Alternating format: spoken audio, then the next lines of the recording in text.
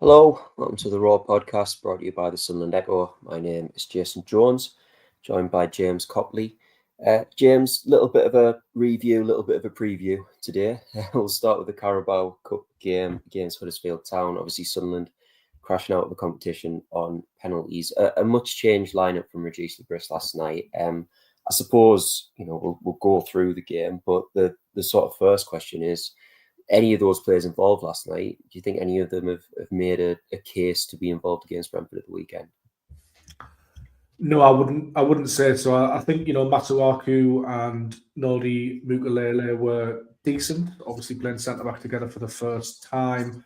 Um, Neither really play centre back as their main position. They can play obviously Nodi as a right back, and Masuaku tends to be a left back. So whilst I wouldn't say either of them were fantastic or pulled up any trees, I think it's slightly too early to judge them, and I think they'll both be important going forward into the new season. But in terms of the rest of the team, no, not really. Obviously, Giyu got his goal, didn't he? But struggled to get into the game.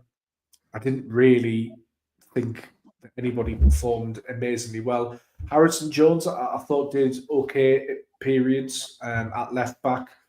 He got the ball forward and tried to advance it. He was fairly combative on the day.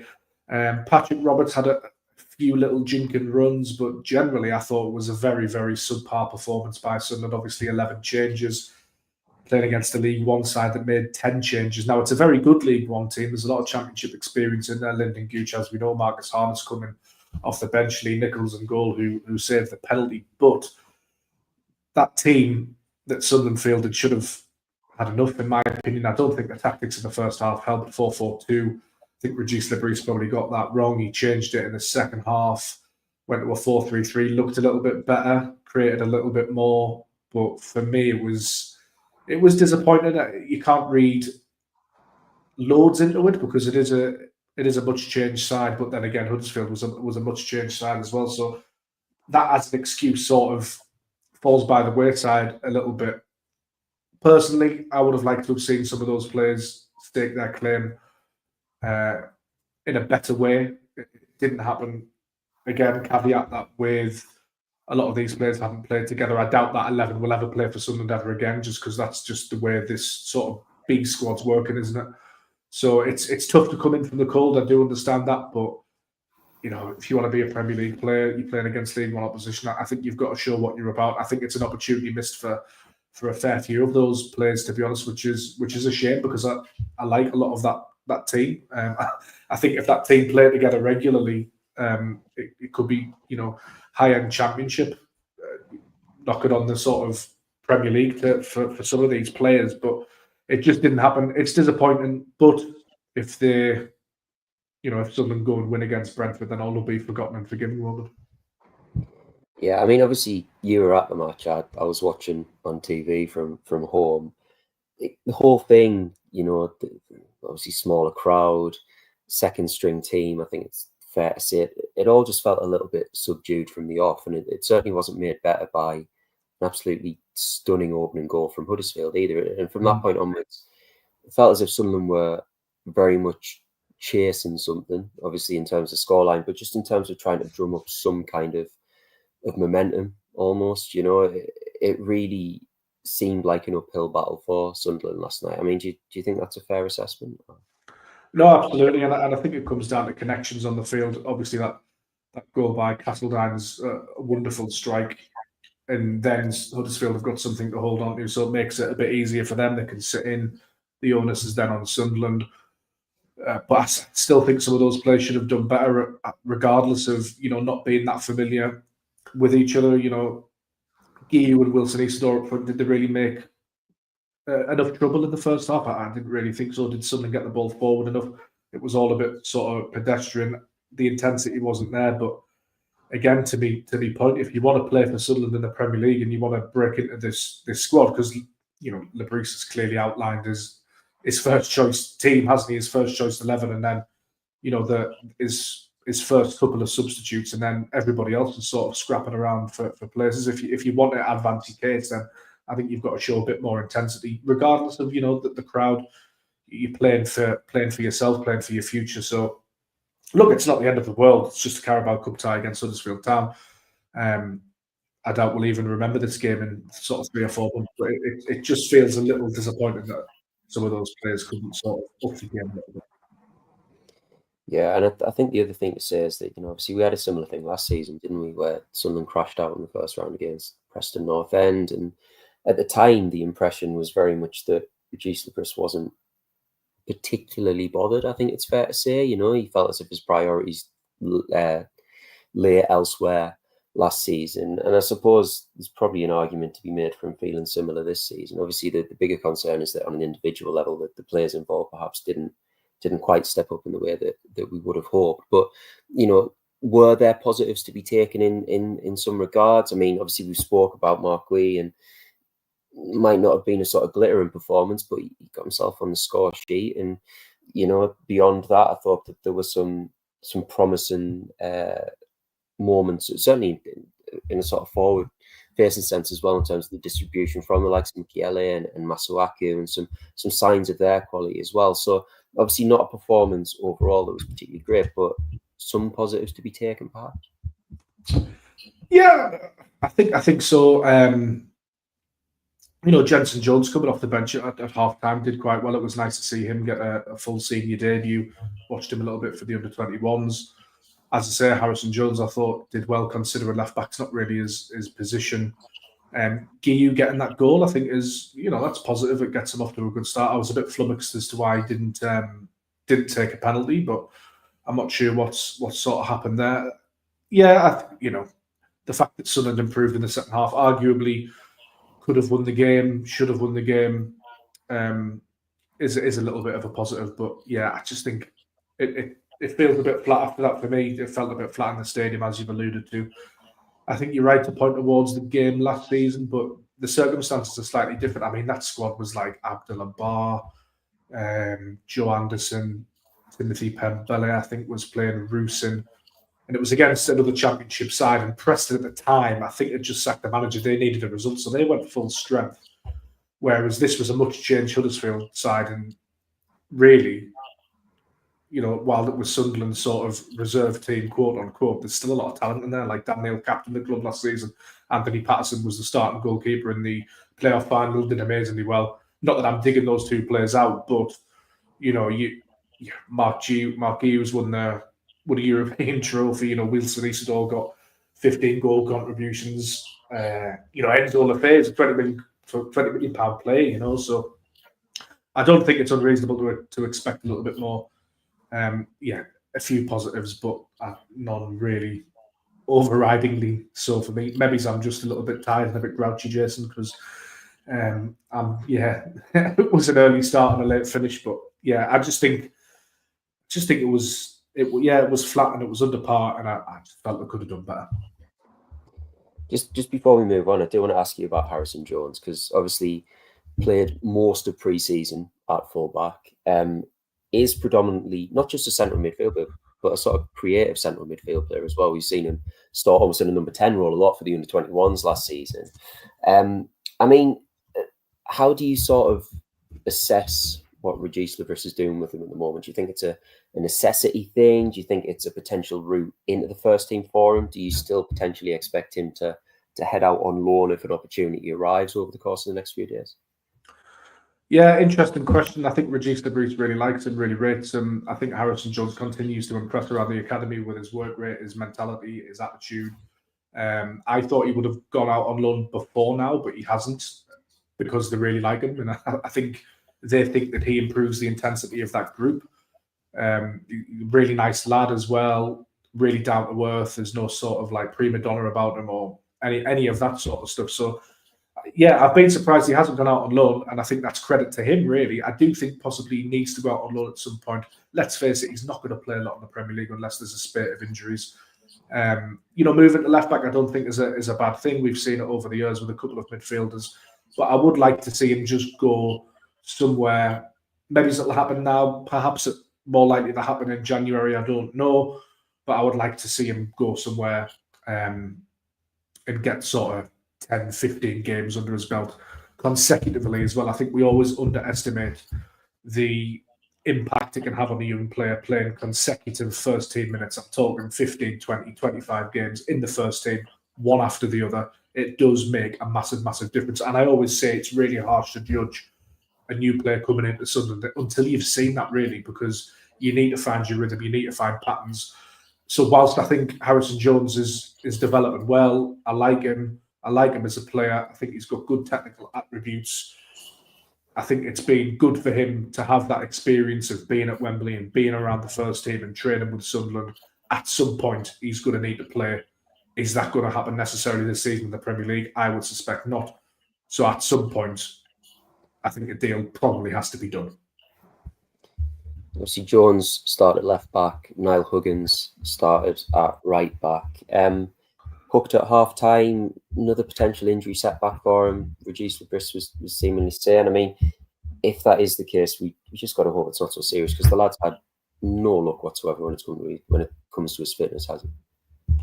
No, he hasn't at all. It's a real shame. As I say, I thought Jenson Jones came on and did reasonably well. But yeah, let's hope it's not too bad and it's just a little bit of a setback. Obviously, with him coming off at half time, you would hope that they've just been sort of uber cautious about that. Maybe he's just felt it a little bit. So I think we'll learn more about that in due course. But yeah, it's just a shame how it happens to some players, isn't it? Because he can't seem to get a run of momentum. On a similar note as well, obviously, Lebris spoke about the extent of Dan Ballard's injury last night as well. Ballard obviously came off in the opening minutes, wasn't it, against Burnley at the weekend with a groin complaint. I mean, any sort of idea on how long that's going to be then, James? Stuart Lebris said after the game that will be about 2 or 3 weeks. He said he didn't see it as a real serious injury. So 2 or 3 weeks, you're probably looking at after the international break. I think there's a reasonable expectation when to have him back, which begs the question, and I'll throw this to you, Jace, because I have to write something very quickly. But what would your sort of back four be for the Brentford game now that Masuaku, Nordi Mukulele are fit, but you're without Ballard? Jenson Jones is obviously, sorry, not Jenson Jones, Jenson Seelt is sort of around the club still as well. What would you do? Yeah, it's a bit of a tricky one, isn't it? I think that ultimately what it's probably going to come down to is who plays alongside Omar Alderete. I think that's fair to say. I imagine the choice will be between Jenson Seelt and Nordi Mukiele. Again, I thought that for the most part I was quite impressed with Mukiele at centre-back last night, especially in terms of what he's able to offer in sort of moving Sunderland up the field, his distribution. I thought he drove with the ball quite effectively on a couple of occasions as well. So he's certainly an option. I suppose the biggest question is going to be how ready is he for a full 90 minutes in the Premier League? Obviously, he played the majority of last night's match, which is a promising sign. It's good that he's got those minutes in his legs. I wouldn't necessarily be surprised if it was Jenson Seelt again. Just because I actually think in the two performances that we've seen from him, obviously I know he came off early against West Ham and he didn't start against Burnley, but he did play the majority of that game. I actually think he's equipped himself pretty well, and perhaps better than many of us would have necessarily expected, given, first of all, the extent of the injury that he was coming off the back of, and secondly, his lack of experience still. You know, obviously I know he's been in Sunderland a little while now, but he hasn't played an awful lot of football, and certainly at this top level in the Premier League, he's has no experience prior to this season. So, yeah, I've been relatively impressed with Seelt, I should say. So I wouldn't be opposed to him getting the nod on Saturday again. I think that if Mukiele is ready to go, given his pedigree, given his experience, perhaps that's the route that Lebris will go down. But I think either way, it shouldn't be a point of huge concern for Sunderland. I know Ballard's a huge miss, and I'm not saying he's not, don't get me wrong. But I don't think it should be a point of huge concern for Sunderland, because the options that they have in reserve as alternatives have both shown signs of promise already.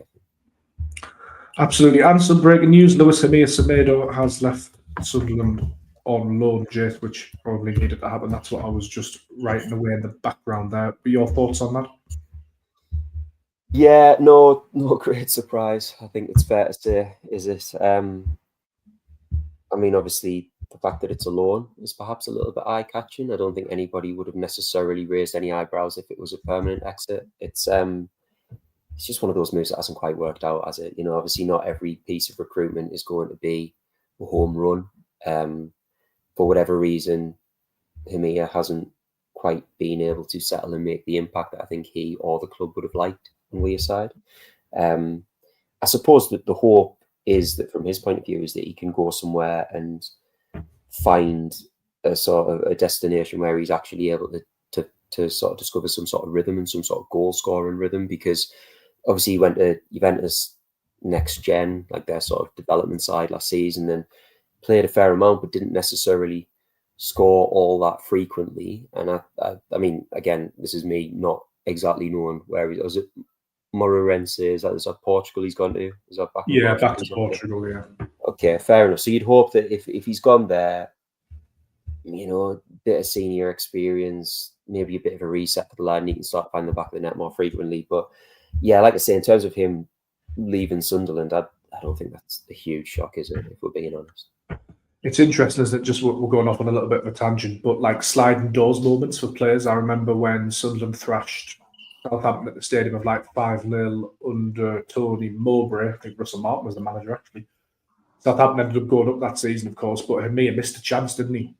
And if he'd have just put that away, you never quite know how his Sunderland career would have advanced from there. But to be brutally honest, Jace, I wish him well, and I hope he, does well on loan, obviously, because it's in Sunderland's interest. But having seen him for the first team for the under-21s, fortunately, I don't think he's at the level, and I don't think his style really suits English football either. Yeah, I think that's a fair assessment. We've seen him quite frequently for the under-21s, relatively frequently. Obviously, I know he spent time in Italy last year, but the performances that we've seen for the under-21s. Again, look, you don't want to criticize a young player too much at all, and I think he has shown that he has flashes of quality and there is some potential there. And I think that's really important to state because I remember his goal in pre-season at the beginning of last season over in the US. Was it last season or was it the season before? Anyway, whenever it was a fantastic strike, and we've seen that he is capable of those moments of brilliance. But there's maybe, for my money, just a little bit of lacking intensity at the present moment in time. And I think that's maybe quite natural because he hasn't played a lot of senior football. I think that's something that comes with more experience and sort of being in and around that environment. I think that's why you'd hope this move is maybe the one where he starts to really get the grips of what it takes to play first team football.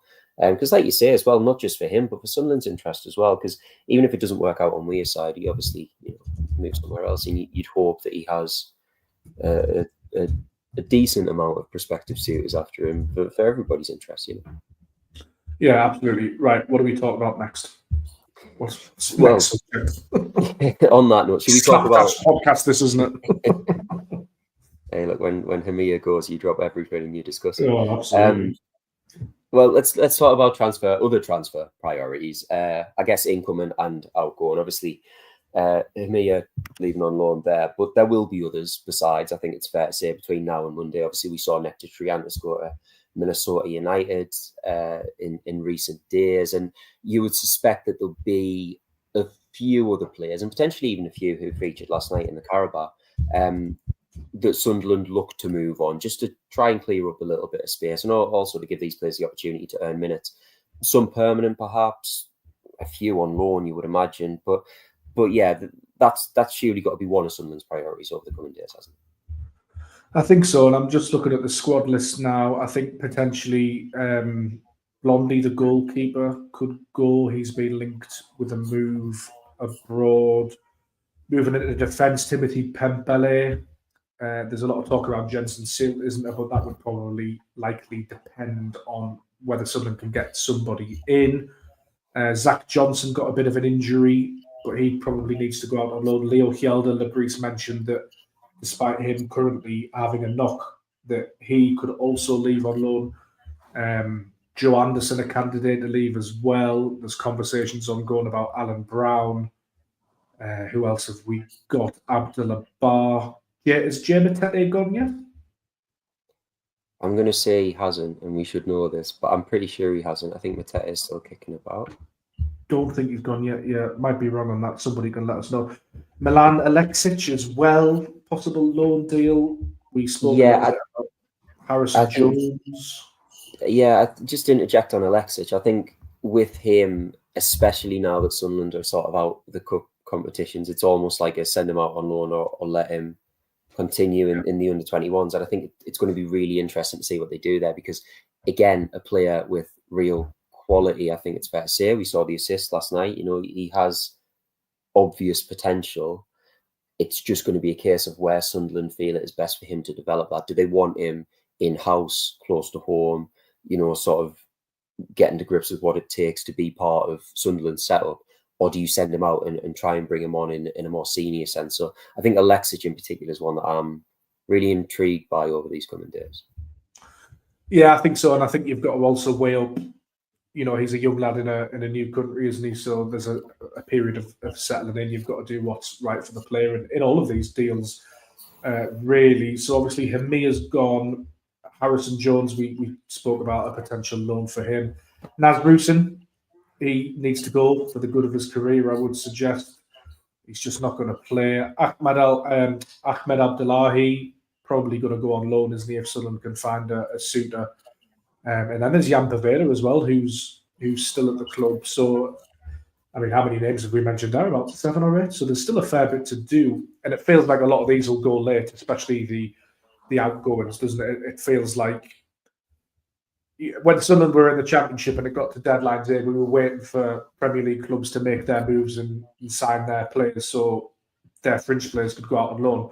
Now the roles have shifted a little bit, haven't they? And we need to sign our players, and then Championship and League One clubs will come in and swoop in on deadline days. They get a bit more desperate, but I mean, yeah, a lot of work to do, and I suspect it's going to be a busy end of the window. Definitely in terms of outgoings, I'm not really sure how many Sunderland will manage to sign coming in. But outgoings could be very interesting.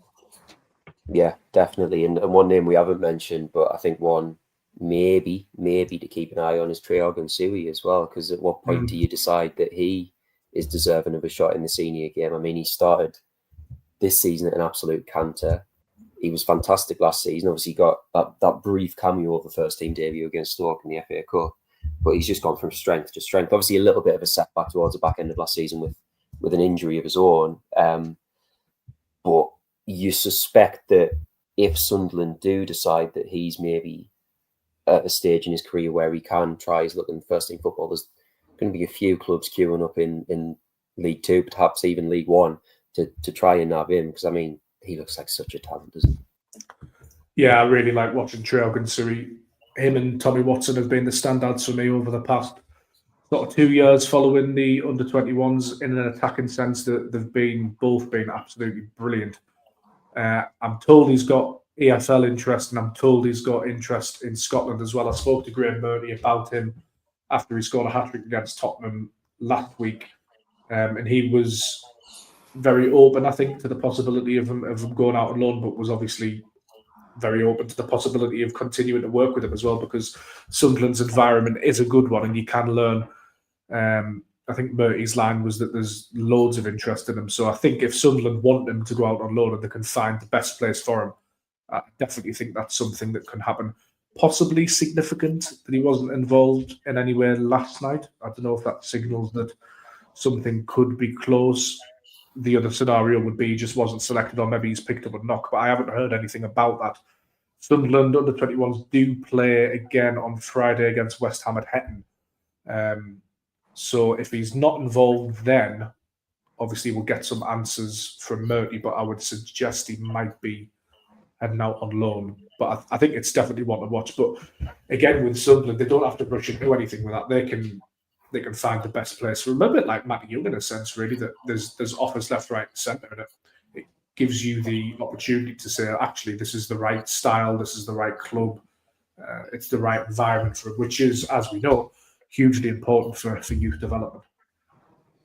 And in terms of incomings, I mean, key positions, you would imagine, well, centre-back does appear to be one, doesn't it? Obviously, the John McCumey saga drags on, and it's threatening to get a little bit legal, depending on which reports you're reading in Italy, and all sorts of whisperings as to how that deal may or may not happen. I mean, it feels like Sunderland probably do need another top tier centre back, doesn't it? Yeah, definitely. I think it would really help matters. Obviously, as I mentioned earlier in the podcast, the two lads that played centre back last night prefer to play at full back, and when we spoke to Nordi Mukulele, he said he prefers playing right back. He'll play at centre back, absolutely no bother, but he does prefer playing right back. So yeah, I mean, the Lucemi one, it's anybody's guess, isn't it, if that gets done or not. What I would say is Bologna seem to be really digging their heels in. And again, it feels like shades of the Alexander Mendy situation, doesn't it, with the amount of noise? Not quite as much noise from agents, but there's still been a little bit of noise from agents. So he's trying to push that through. Although he did play against Roma at the weekend, didn't he? And he had a howler for their goal. So that possibly suggests his head's not quite right. But yeah, I wonder if in the next couple of days, if that doesn't look like happening, that Sunderland will have to try and move on to somebody else. It feels like it can't be Lucemi or bust, doesn't it? It feels like we do need another centre back. And there have been other names linked as well. Sunderland will have a list of targets, but yeah, that's definitely one to keep watching. And it'll be interesting to see actually what his camp do as we get closer to the deadline, because it is getting very, very close now, fast approaching. Yeah, it's looming large, isn't it? And I suppose in terms of other positions, another winger, perhaps, that feels like the sort of natural one. Like, obviously, there have been a few names mentioned, and especially when you consider that the Armand Loriente deal fell through earlier in the summer, and Sunderland haven't necessarily then remedied that by bringing in another player of that ilk, that sort of particular profile. I mean, wouldn't be a huge surprise to see them go and try and sign one over the coming days, would it? No, it wouldn't. I wonder if that's a deal they may try and do on loan, because they've only got Guillou in at the moment, haven't they, on loan? So I wonder if there's somebody kicking around from a top-level Premier League club on a potential loan to buy, or maybe somebody in Europe. I'm not sure. It seems to have got a little bit more quiet. I mean, you've been across the transfer stuff past couple of days, but who are the names being linked, Jace? Because I haven't seen too many forwards linked at the moment. There was the lad from Leicester, but that appears to have gone quiet, doesn't it? Yeah, the El Canoe stuff, I think, is almost taken as read that Sunderland aren't necessarily, prominent in that race anymore. And what is interesting there as well is that, by all accounts, Palace were the team who were looking at him as a sort of Eze replacement, and that might not necessarily be happening either. So I think there's a version of events. I'm not saying this will definitely happen, but I think there's a version of events in which Bilal El Canoes ultimately ends up staying in the Championship for at least the next few months until we hit January. And just on that, I think he'll cause absolute carnage in the Championship because he's a wonderful player, so I want to keep an eye on. I think an interesting name, one that sort of popped up earlier this week, back end of last week, is Dylan Bakwa, who's obviously on the books at Strasbourg at the moment. By all accounts, Nottingham Forest are going hammer and tong to sign him, but Sunderland have been mentioned, and it's not out of the realms of possibility that Sunderland step up their interest in a player like that. We saw it, haven't we, with the likes of Habib Diarra, who, by the way, was a teammate of Bakwa's last season, where it looked for all the world as if he was maybe going to be heading to a Leeds or something. Sunderland actually firmed up their interest and went, okay, let's have a proper crack at this and let's see what we can do. So while I'm not necessarily saying that it will be Bakwa who they go and pursue in that manner, I think that there are a few names that have perhaps been mentioned in quite a sort of hazy, vague sense at the present moment in time that at any moment in time could potentially become more serious. But I think, broadly speaking, it wouldn't shock me if we saw Sunderland really put the wheels in motion and try and bring in another winger, whether that's permanent, whether that's on loan, over the coming days. I still think as well, Jace, that there's I get the impression there's a bit of money still to be spent as well.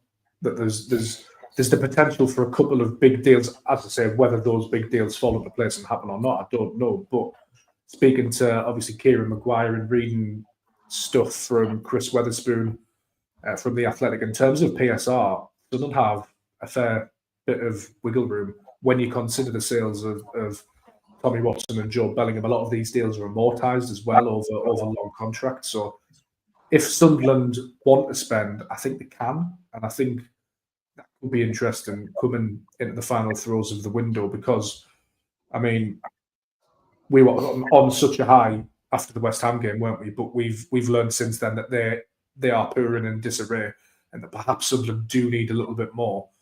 And they've spent all this money already to get to a point where they're going to be at least competing. Why not sort of push the ball out a little bit more to sort of firm up your chances, if that makes sense? Yeah, and if and obviously it is an if, but if that money is there to spend, I think you're absolutely right. It would almost be a little bit illogical to not try and find the last piece of the jigsaw, so to speak, you know. And that's why I think the backward deal, I mentioned the backward deal as an example because, you know, Strasbourg is said to be looking at around the sort of £30 million mark. That'd be a huge outlay for Sunderland. But if there is the money in the bank, could they look at a player of that sort of ilk and that sort of valuation?